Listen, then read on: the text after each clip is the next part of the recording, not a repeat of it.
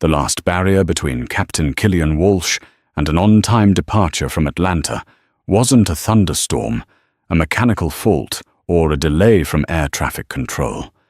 It was a 5'6" black woman standing quietly on his jet bridge. She wore a simple navy blue pantsuit that was professional yet unassuming, and she held a laminated federal ID in her hand. To Walsh, a man who saw the world from the pedestal of his cockpit, she was an inconvenience, an anomaly that didn't fit his rigid, preconceived notions. He decided in an instant that she was a problem to be dismissed. It was a decision that would not only ground his flight, but would shatter his career, his pride, and his entire life, all before his plane ever left the gate. The cockpit of the Bombardier CRJ-900 hummed with a low electric energy. It was the familiar symphony of pre-flight checks, a sound that Captain Killian Walsh had orchestrated thousands of times. From his left-hand seat, he was the undisputed master of this metallic beast, a 76-ton marvel of engineering that bent to his will. Today that machine was Summit Air Flight 5821, scheduled for a routine hop from Hartsfield-Jackson Atlanta ATL to Tulsa, Oklahoma, TUL. Check the 80s again. Rob Walsh commanded his voice, a low baritone that tolerated no debate. He didn't look at his first officer, Robert Peterson. His gaze was fixed on the distant runway, where the Georgia heat was already making the air shimmer. Robert, a man 10 years younger with a perpetually worried expression, complied instantly. Still on information, Kilo Captain. Winds 220 at 8. Visibility 10. Sky clear. Fine. Walsh grunted. He adjusted the crisp white cuffs of his pilot shirt. Everything about him was meticulously maintained, from his perfectly parted silver hair to the gleaming black leather of his shoes. Appearance to Killian Walsh was a non-negotiable extension of authority. He believed a pilot who looked sharp flew sharp. It was a mantra he often repeated, especially to younger co-pilots like Robert, who he felt belonged to a generation that was altogether too casual. His annoyance today wasn't directed at Robert, but at the universe in general. A catering truck had been 5 minutes late, a trivial delay, but one that had rippled through his carefully constructed schedule. It was an imperfection, a smudge on the otherwise clean window of his command. To Walsh, an on-time departure was a matter of personal pride. It was a reflection of his control, his efficiency. These ground crews, he muttered more to himself than to Robert. It's like they're moving through molasses, no sense of urgency. Robert nodded, offering a non-committal, "Yes, sir." He knew better than to engage when the captain was in one of his moods. He'd been flying with Walsh for 6 months, and had quickly learned the rules: agree, comply, and stay quiet. Walsh was a technically skilled pilot, no one disputed that, but his ego was as vast and turbulent as a thunderhead. He referred to the aircraft as my airplane, the crew as my crew, and the schedule as my time. A sharp rap on the cockpit door broke the sterile hum. A flight attendant, Diane, a veteran with tired but knowing eyes, leaned in. "Captain, the gate agent just called. We have one more to board, a walk-on." Walsh's jaw tightened. A walk-on could mean anything: a non-revving employee, a deadheading pilot. Or it could mean a complication. "We're 10 minutes from pushback, Diane. Who is it?" She said, "It's FAA." Diane replied, her tone neutral. Walsh and Robert exchanged a glance. An FAA inspector. It was uncommon, but not unheard of. They performed random ramp checks, or in-flight audits, to ensure procedures were being followed. It was an annoyance, a bureaucratic intrusion, but a routine one. Great Walsh said, his voice dripping with sarcasm. "Just what we needed. Another box ticker with a clipboard. Tell the agent to send them up. Let's get this over with." "Yes," Captain Diane said, closing the door softly. Robert watched Walsh straighten his tie, a subtle, almost subconscious gesture of puffing up his chest. Probably just a paperwork check, Robert offered, trying to smooth the captain's ruffled feathers. It's always just something with them, Walsh retorted. They exist to find fault. They walk into our world, a world they barely understand, from their little office cubicles, and they look for any reason to justify their paycheck. Watch. It'll be some kid fresh out of school who's never handled a real crosswind in his life. He unbuckled his harness with a decisive click and stood up. I'll handle this. I don't want them lingering on my jet bridge. As he stepped out of the cockpit, he carried with him an aura of absolute, unassailable authority. He was Captain Killian Walsh, pilot in command. This was his domain. No one, especially not some low-level government functionary, was going to disrupt the perfect order of his flight. He walked down the narrow galley and stepped onto the jet bridge, his polished shoes clicking on the metal floor, ready to meet the bureaucrat who had dared to delay him. He was expecting a man. Probably middle-aged, slightly overweight, with a cheap suit and a world-weary expression. What he saw instead was Dr. Simone Carter. And in that moment, without a single word being exchanged, Captain Walsh's irritation began to curdle into a dangerous, obstinate pride. He looked at the black woman standing before him, not as an official, but as an obstacle, and he decided with all the certainty of a king surveying his castle that she would not be passing. Dr. Simone Carter stood patiently, a black leather briefcase in one hand. She had arrived at Gate C-34 with the quiet efficiency that defined her career. For 15 years first as an aeronautical engineer, and now as a senior aviation safety inspector for the Federal Aviation Administration, she had navigated the complex, male-dominated world of aviation with a calm professionalism that was often her greatest asset. She knew that her presence as a woman and as a person of color could sometimes be met with surprise or even resistance. She had learned to be unflappable. The gate agent, a flustered young woman named Brenda, had already examined her credentials. The laminated ID card with its official seal and her photograph clearly identified her as Dr. Simone Carter of the FAA. I'll just need to inform the captain, Brenda had stammered, picking up the phone to the cockpit. Simone had simply nodded and waited. She heard the muffled, irritated reply through the receiver. Now the man himself was striding towards them, his face a mask of impatience. "I'm Captain Walsh," he announced, his voice booming slightly in the enclosed space of the jet bridge. He didn't offer a hand. He stopped a few feet from her, his posture rigid, creating an invisible barrier.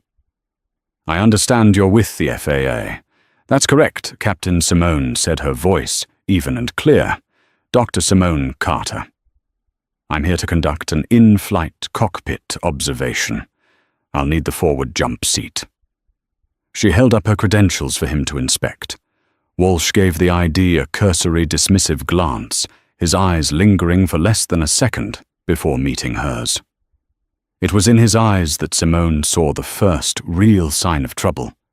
It wasn't just impatience, it was a deep, dismissive arrogance, a look that sized her up and found her wanting. "Dr. Carter," he said, drawing out her title as if it were a strange foreign word. "We're already behind schedule. This is highly inconvenient." "I understand that, Captain. Random inspections rarely align with convenience." "However, my duties are mandated by federal regulation," she replied, her tone remaining perfectly neutral. She had said these exact words dozens of times before. Usually they were met with a resigned sigh and a grudging acceptance. Walsh, however, didn't sigh. He crossed his arms over his broad chest. "Your ID," he said, pointing a finger at it. "The lamination looks a bit worn." Simone looked down at her credentials. They were carried with her daily in and out of airports across the country. They were not pristine, but they were perfectly legible and official. It's a valid, federally issued identification. Captain. I'm not so sure, Walsh said, shaking his head slowly. In this day and age, security is my top priority. My absolute priority. I can't just let anyone who flashes a card onto my flight deck. For all I know, this could be a fake. Brenda, the gate agent, looked horrified. Captain, I can verify I'm not speaking to you, Walsh snapped, cutting her off without a glance. He kept his eyes locked on Simone. I will need to get a verbal confirmation from your field office, and then I'll need to clear it with my airline's central dispatch. That could take time, a lot of time. It was a classic stonewalling tactic. Create bureaucratic hurdles so high that the person gives up. Simone had seen it before, but rarely with such blatant hostility.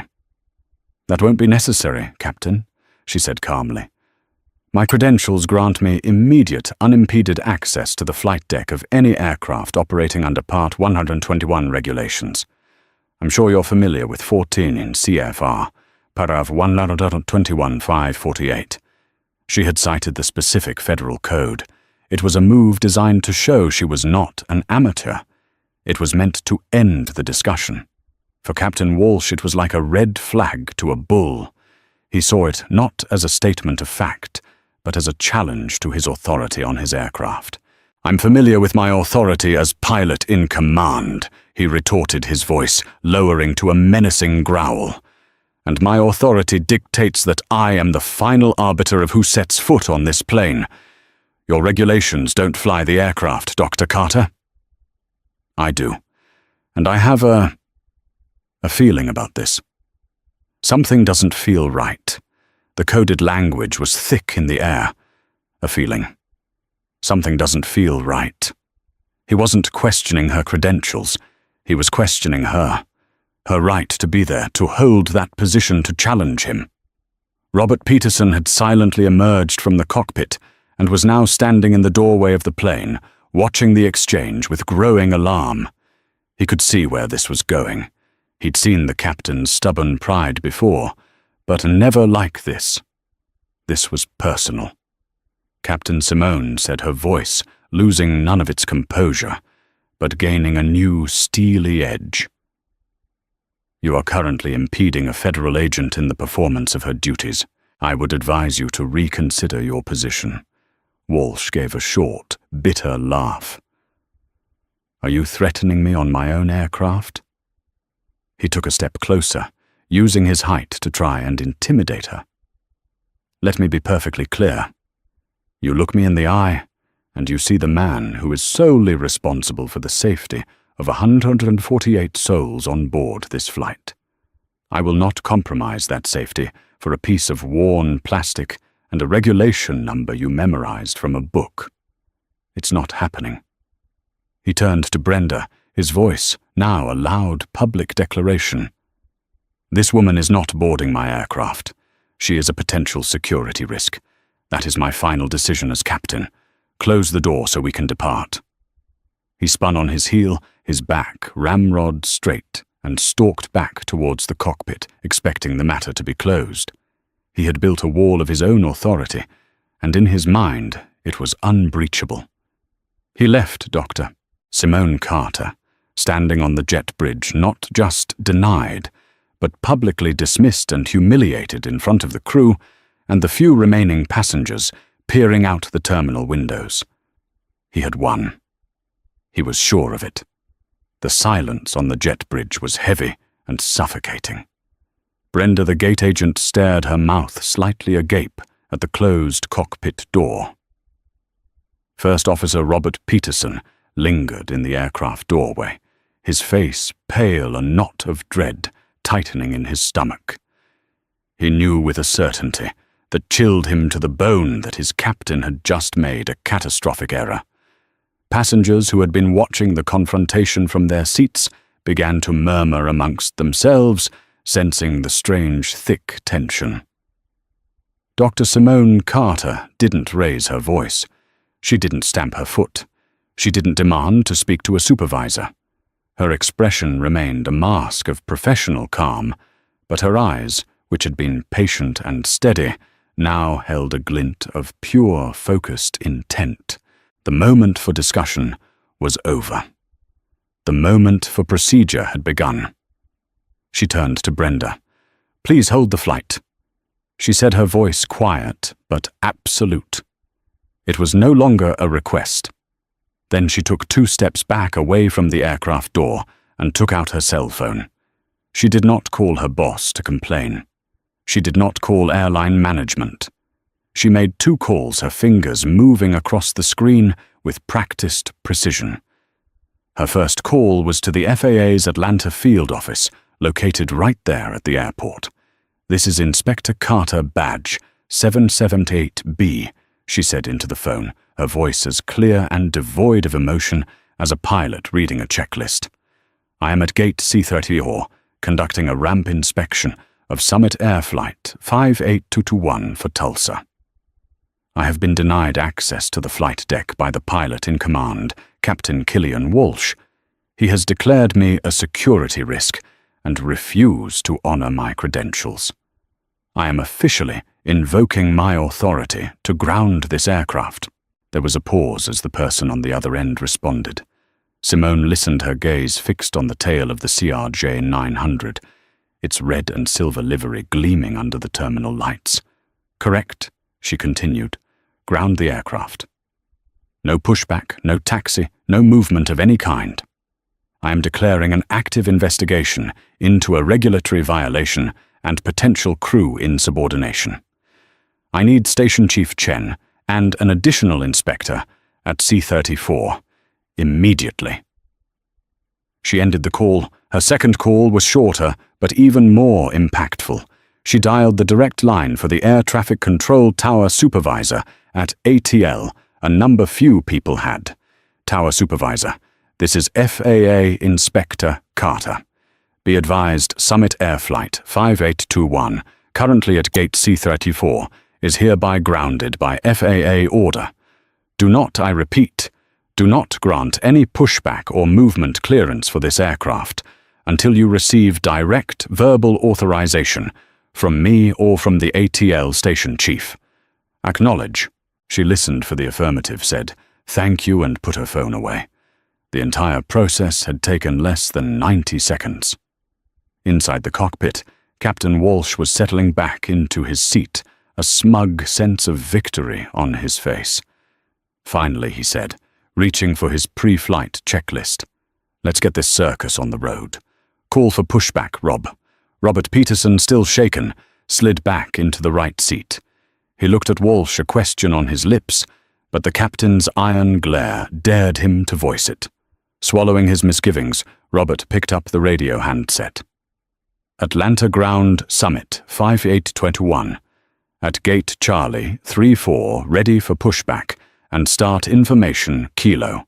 The reply from the ground controller was instantaneous, but it was not what they expected. The controller's voice was clipped formal and tinged with a new level of seriousness. "Summit 5821, hold position at the gate. Stand by." Walsh frowned. "Stand by? What for? We're already late." He keyed the mic himself. "Ground Summit 5821. We're ready now. What's the hold-up?" This time, the voice that answered was different. It was the tower supervisor, his tone leaving no room for argument. "Summit 5821. Be advised your aircraft is grounded by order of the FAA. I repeat, you are grounded.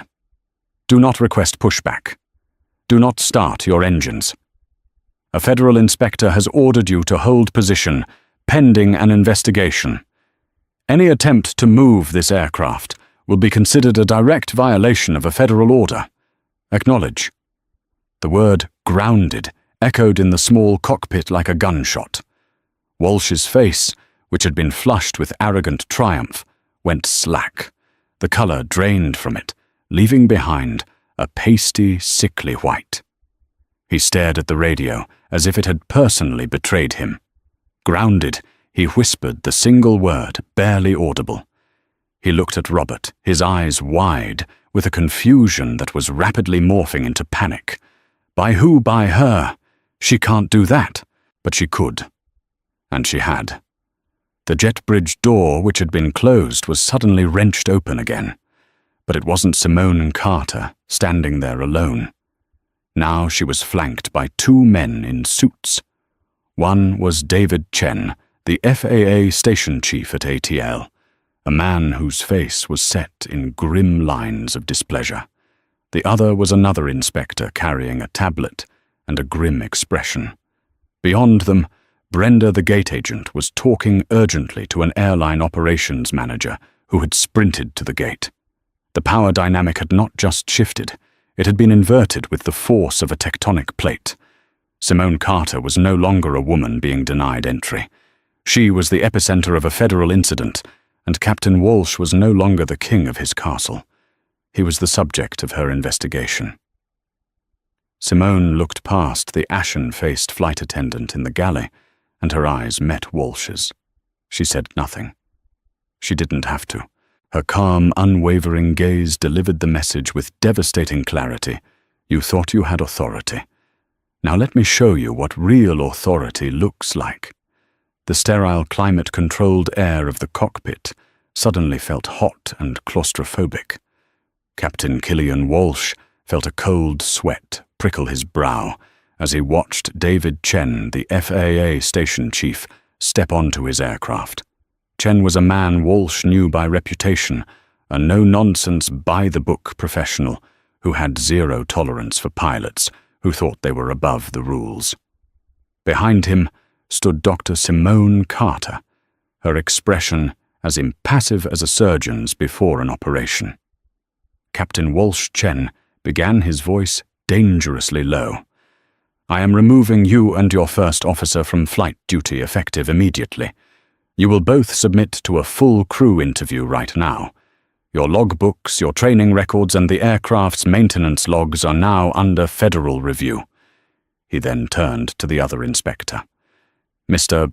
Davies, please begin securing the logs and notify the airline we will require the CVR and FDR data.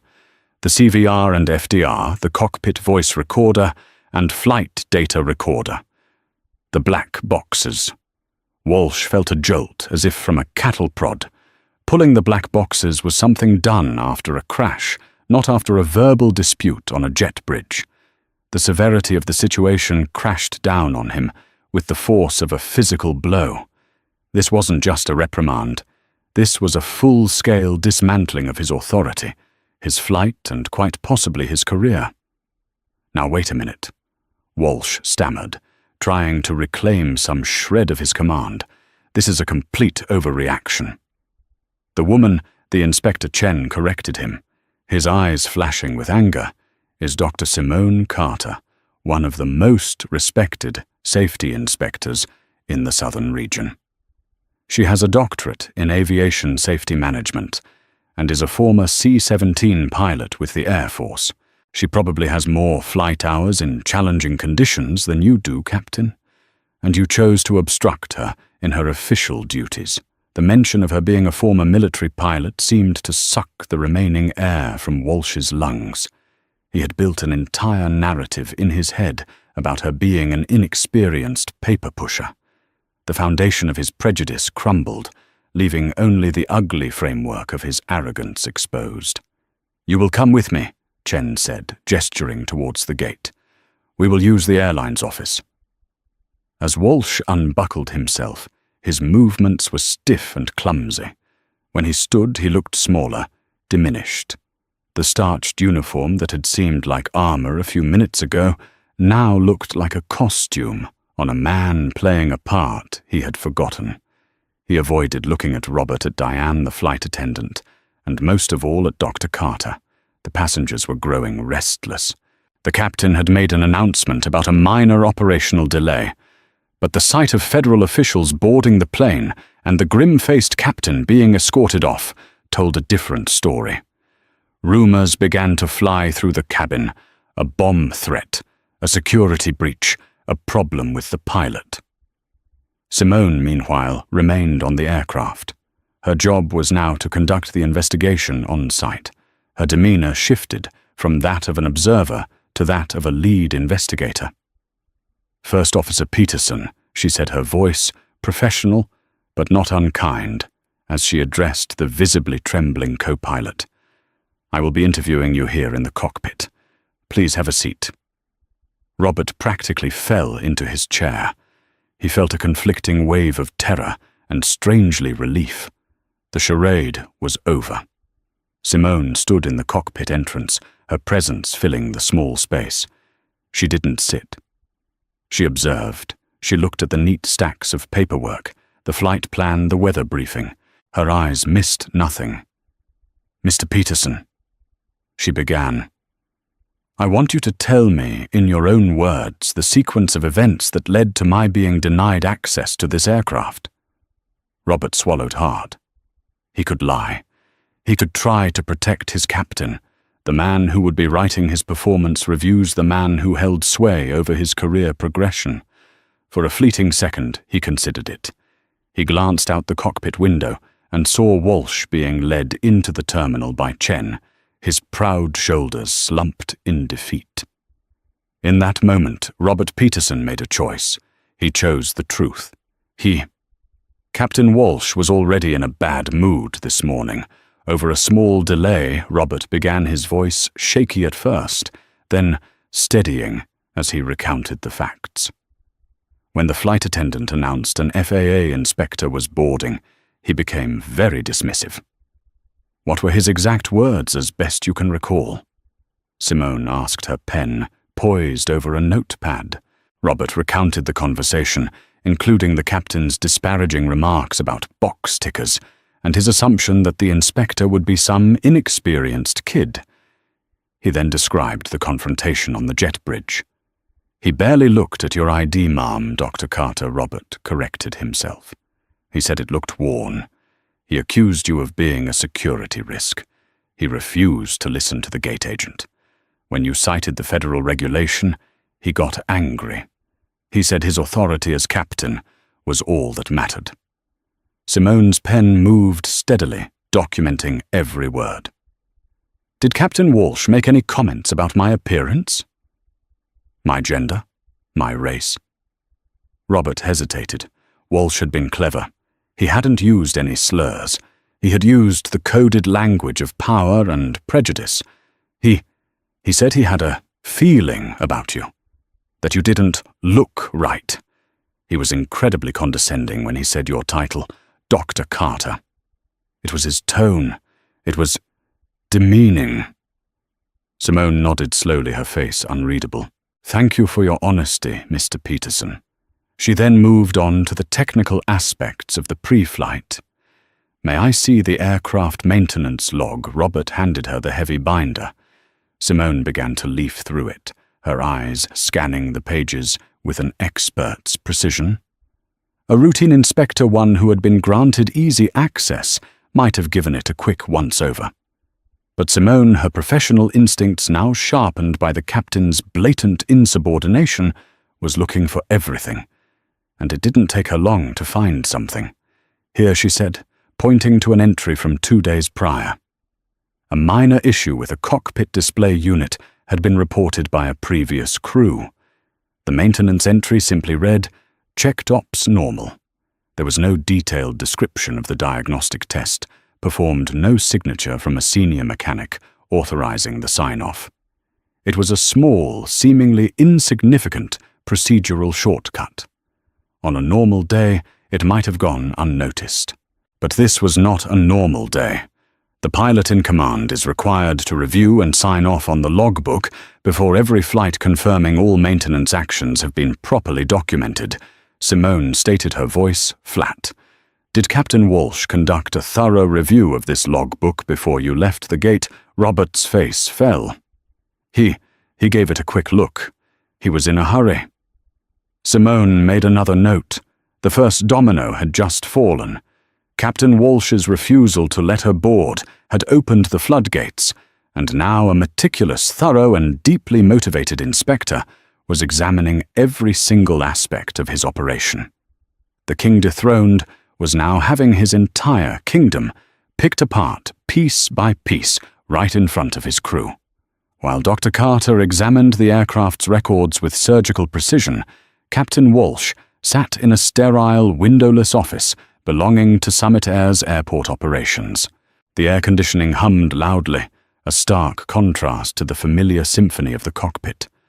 Across a cheap laminate table, David Chen sat with a file open before him, his expression a mixture of disappointment and bureaucratic resolve. "Killian, I've known you for 10 years, Chen began, forgoing the formalities. I've seen you handle engine failures over the Rockies and emergency diversions into storming airports. I never ever took you for a fool. Explain to me what happened out there." Walsh, who had been stewing in a potent cocktail of fury and fear, finally erupted. "It was a judgment call, David. I'm the pick. I have final authority." The woman showed up out of nowhere minutes before departure, flashing a flimsy ID. Her whole attitude was aggressive. I had a duty to my passengers to ensure security. Her attitude. Chen repeated, his voice dangerously soft. Was her attitude to calmly state her legal right to be on your flight deck? Was it aggressive to quote the very federal regulations that grant you your license? Or was the problem, Killian, that she didn't look like what you expect an FAA inspector to look like? This has nothing to do with race or gender. Walsh shot back, his face flushing red. This is about procedure, about security. Then let's talk about procedure, Chen said, leaning forward. The procedure is that an FAA inspector, upon presenting valid credentials, is to be given immediate and unimpeded access. Your only procedural step is to verify the ID, not to debate its lamination, not to psychoanalyze the inspector's attitude.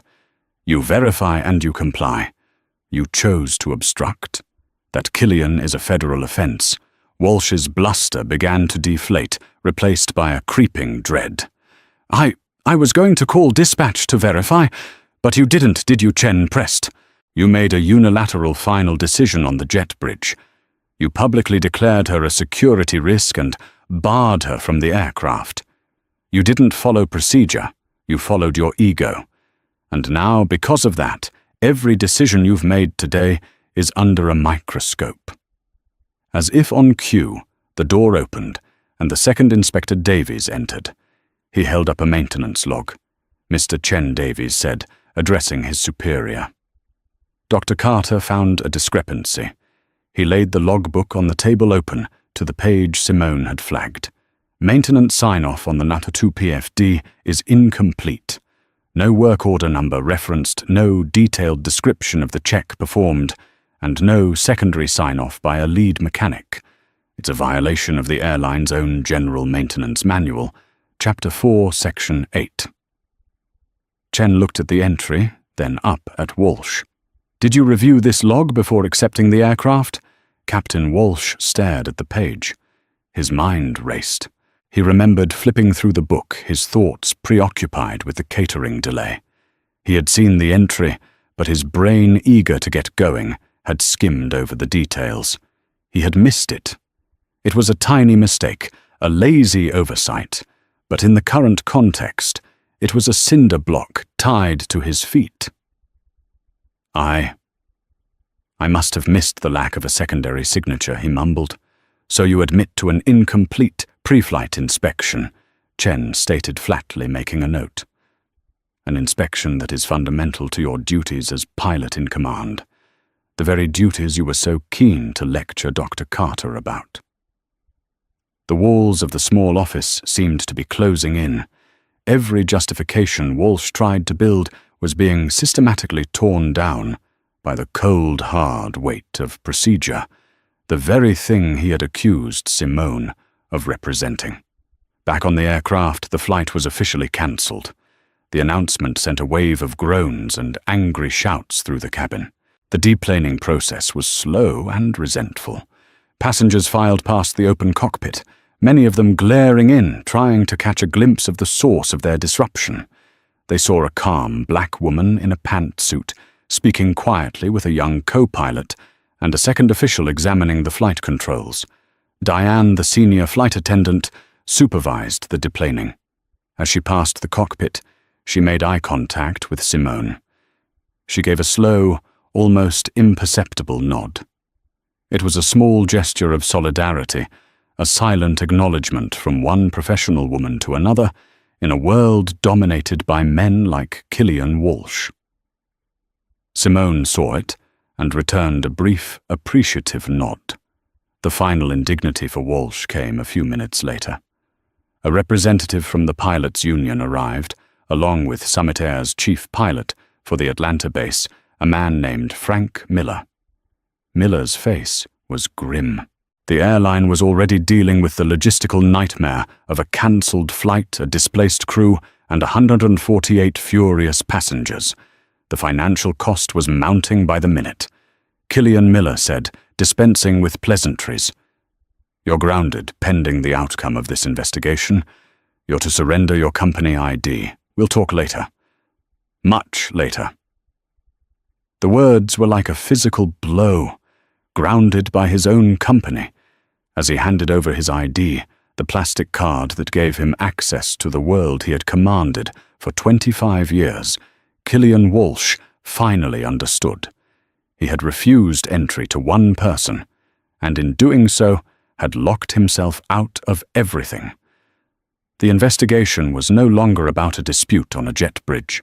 It was about his competence, his diligence, and his fitness to command, and it was being led by the very woman he had dismissed as an irrelevant, inconvenient obstacle. The cancellation of Flight 5821 was not a self-contained event. In the hyper-connected world of modern aviation, it was a stone dropped into a still pond, and the ripples spread with astonishing speed.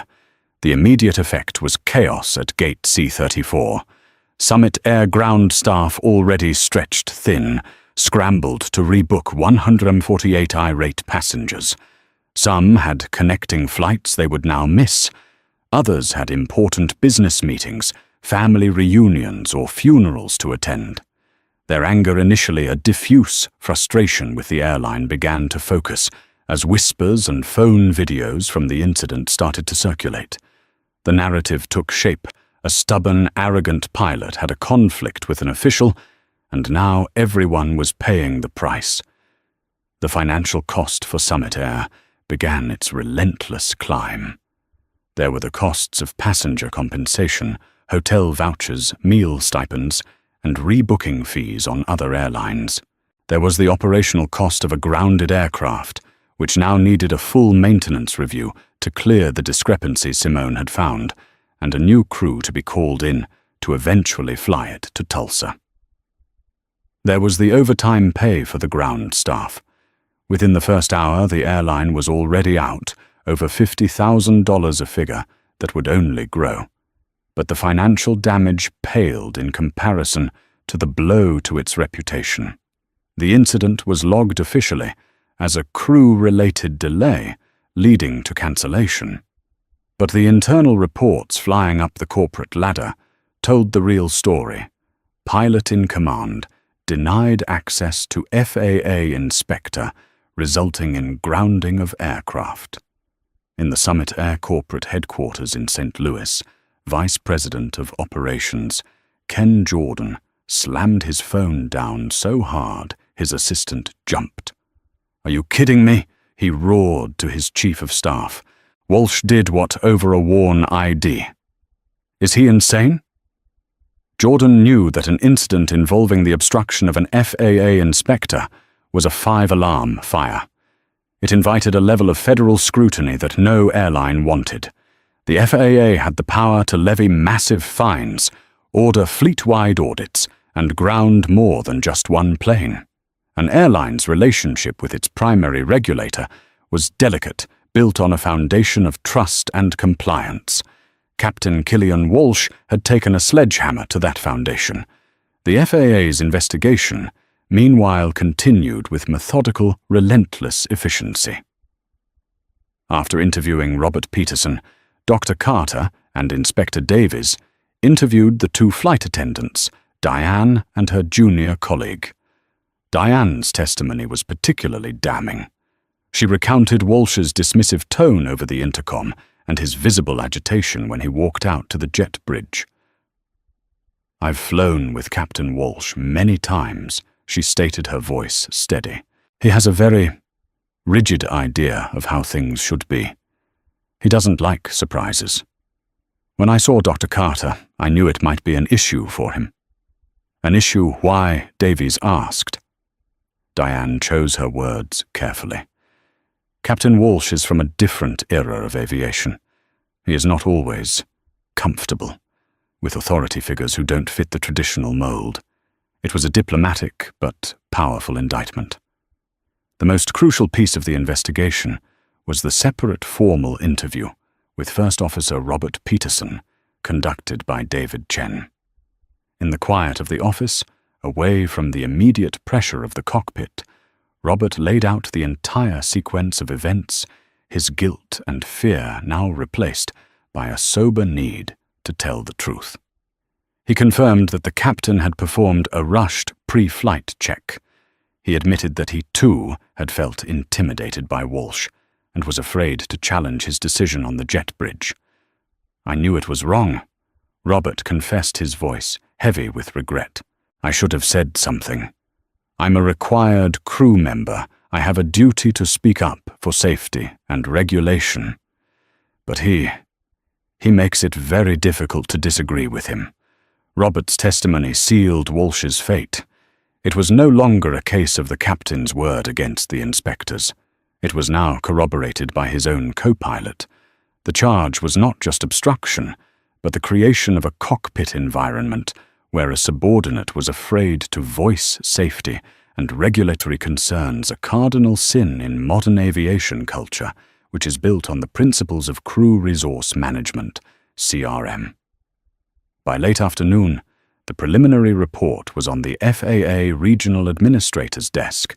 It was a brutal summary. 1. Interference with a federal officer. Captain Killian Walsh deliberately, and without valid cause, obstructed a duly authorized FAA inspector from performing her duties in direct violation of 14,000 CFR paragraph 101-21 548. 2. Inadequate pre-flight inspection. The captain failed to identify and report a non-compliant maintenance log entry, indicating a failure of due diligence in his pre-flight duties. 3. Violation of crew resource management principles. The captain fostered a command environment that discouraged open communication and challenged from his first officer a significant safety concern. The wheels of justice, which can often turn slowly, were now spinning at high speed, powered by the sheer audacity of Walsh's actions. His career, once a source of immense pride and security, was now nothing more than a case file number on a series of damning reports. The karma was not just coming for him. It was arriving with the force of a hurricane, and all the arrogance in the world couldn't build a wall high enough to stop it. The 3 months that followed the incident at Gate C-34 were a slow, agonizing bleed for Killian Walsh. They were a blur of sterile hearing rooms, depositions under harsh fluorescent lights, and tense phone calls with his union lawyer, a man whose initial bluster had long since faded into weary resignation. Walsh found himself repeating his version of events, the version where he was the vigilant guardian of security, the victim of an aggressive agent with a chip on her shoulder, to panels of impassive faces. But with each retelling, the words felt hollower, the justifications thinner. The evidence against him was a mountain, and his pride was a shovel too small to dig him out. The final official letter from the FAA's Office of the Chief Counsel arrived on a Tuesday. The thickness of the cream-colored envelope was the first sign. It wasn't a notice. It was a verdict. It felt impossibly heavy in his hand as he walked from the mailbox, back up his long driveway, the same path he'd strode with confidence and purpose for 15 years. He sat at his large oak kitchen table, a place of family breakfasts and holiday dinners, and slit the envelope open with a trembling thumb. The letterhead was stark, the language colder and more precise than any surgical instrument. It methodically recounted the findings of the investigation, citing the testimonies of every person involved from Dr. Carter down to the gate agent. It noted the corroboration provided by his own first officer, a betrayal that still stung Walsh with the heat of a fresh wound. It referenced the improperly documented maintenance log, a triviality that had become a cornerstone of the case against his diligence. Then came the final paragraphs, the words that would end his world. The board has concluded that Captain Killian Walsh acted in a manner inconsistent with the duties and responsibilities required of a holder of an airline transport pilot certificate. The deliberate obstruction of a federal safety inspector, coupled with a demonstrated failure of pre-flight diligence and a command style that undermines the principles of crew resource management, shows a fundamental lack of the requisite care judgment and compliance disposition. He read that line 3 times. Lacks the requisite care judgment and compliance disposition. It wasn't an accusation of a mistake. It was a judgment on his very character, a condemnation of the man he believed himself to be. Therefore, pursuant to Title 49 of the United States Code, ATP Certificate number 2881459-7, issued to Killian P. Walsh, is hereby revoked, not suspended, revoked. The word hung in the silent kitchen, an absolute and eternal finality. A suspension was a penalty, a time-out. A revocation was an erasure. It was the pilot's equivalent of a death sentence. The FAA had not just taken his wings. They had declared that he was fundamentally unfit to have ever had them in the first place. His 25-year career, the 18,000 hours in his logbook, the life he had built, all of it gone. Invalidated. A wave of heat washed over him, followed by an icy cold. He pushed the letter away as if it were contaminated. Summit Air had already terminated his employment 2 weeks after the incident, a cold and brief video call where they cited gross misconduct. He had later heard from a former colleague that his Pilot of the Year plaque from 2012 had been quietly removed from the Atlanta crew lounge. He was a ghost in the house he had helped build. The hard karma he had sown on that jet bridge had come back to him, not as a single swift strike, but as a slow, crushing avalanche. He had lost the 6-figure salary, the travel benefits, the rhythm of his life. But what he truly lost was his identity. He was no longer Captain Walsh. He was just Killian, a bitter, unemployed 58-year-old man with a mortgage he could no longer afford and a future that was a vast, terrifying blank. In the weeks that followed, his life was dismantled piece by piece. The sprawling house in the suburbs went on the market. He packed his life into cardboard boxes, each one a fresh torment. He wrapped his collection of model airplanes in newspaper, his hands caressing the smooth lines of a Boeing 747, a plane he had always dreamed of commanding. He took down the framed photos of himself, beaming in his crisp uniform beside various aircraft. They were artifacts from a life that belonged to someone else now. His arrogance, once a shield, had shattered, and all that remained was a corrosive resentment that he aimed at everyone but himself. It was the FAA's fault for being a bloated bureaucracy on a power trip. It was Robert Peterson's fault for being a disloyal, spineless coward. Most of all, it was her fault, the calm, unimpressed black woman who had refused to be intimidated. In the dark, looping narrative of his ruin, she was the villain who had orchestrated his downfall, not the professional he had wronged. He refused to see that his prejudice had written the first line of this tragic final chapter, and his ego had authored all the rest. 6 months later, the cockpit of a Summit Air Embraer 175 hummed its pre-flight symphony on the ramp at Dallas-Fort Worth International. First Officer Robert Peterson moved through his checklists with a newfound confidence. The timid, intimidated co-pilot from that day in Atlanta was gone, replaced by a more assertive professional. "Pre-flight's complete, Captain," he said, looking to his left. I did note the fluid level on the number 2 hydraulic reservoir was at the low end of the green band. "Logged and signed off, but I told the ground crew I'd like them to top it off before we go just to be safe." Captain Maria Sanchez, a pilot with a warm smile and sharp, intelligent eyes, nodded in approval. "Good call, Rob. Always better to be ahead of the curve. Thanks for the proactive check." That simple exchange was a world away from the tense, one-sided conversations he used to have with Killian Walsh. Sanchez fostered a collaborative environment, one where a first officer's input was not just welcomed, but expected. Robert had learned the most important lesson of his career. A strong pilot is not the one who silences their crew, but the one who empowers them. Just as they were finishing their final checks, the cockpit door opened. A flight attendant leaned in. "Captain, we have an FAA inspector here to take the jump seat." Robert's blood ran cold for a half-second. A jolt of traumatic memory, sharp and unwelcome, shot through him. He instinctively braced himself. Then Dr. Simone Carter stepped into view, holding her black leather briefcase. She wore the same style of professional, unassuming pantsuit. She looked exactly the same, calm, composed, and observant. Captain Sanchez smiled brightly, unbuckling her harness to properly greet her. "Inspector Carter, a pleasure to have you with us.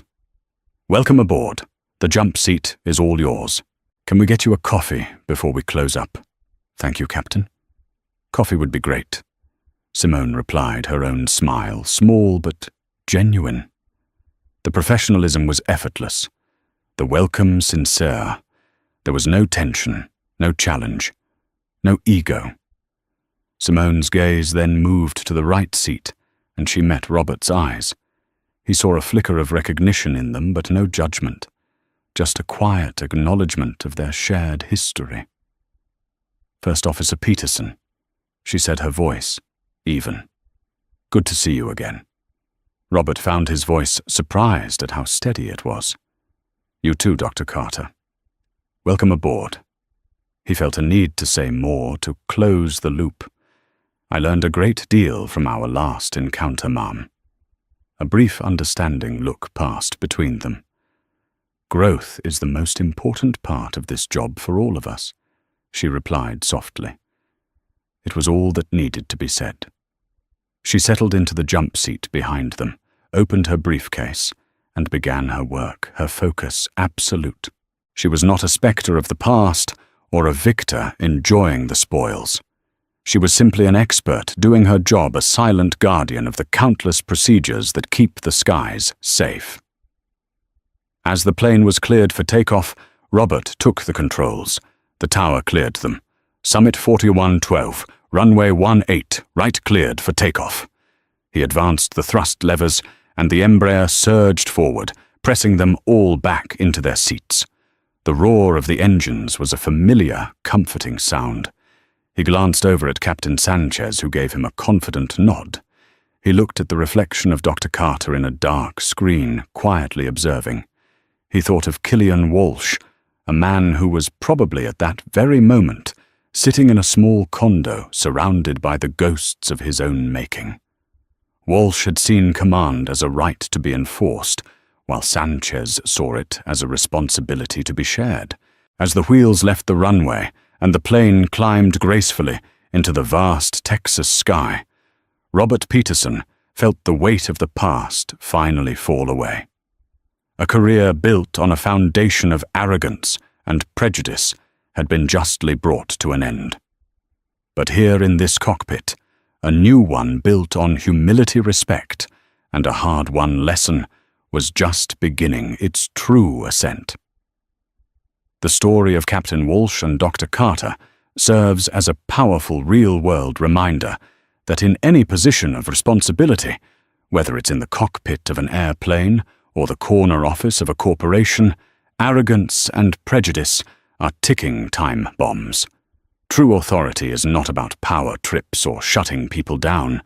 It's about diligence, respect, and a commitment to doing the right thing, especially when no one is watching.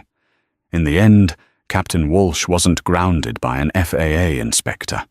He was grounded by his own character, by his refusal to see a person of authority instead of a stereotype.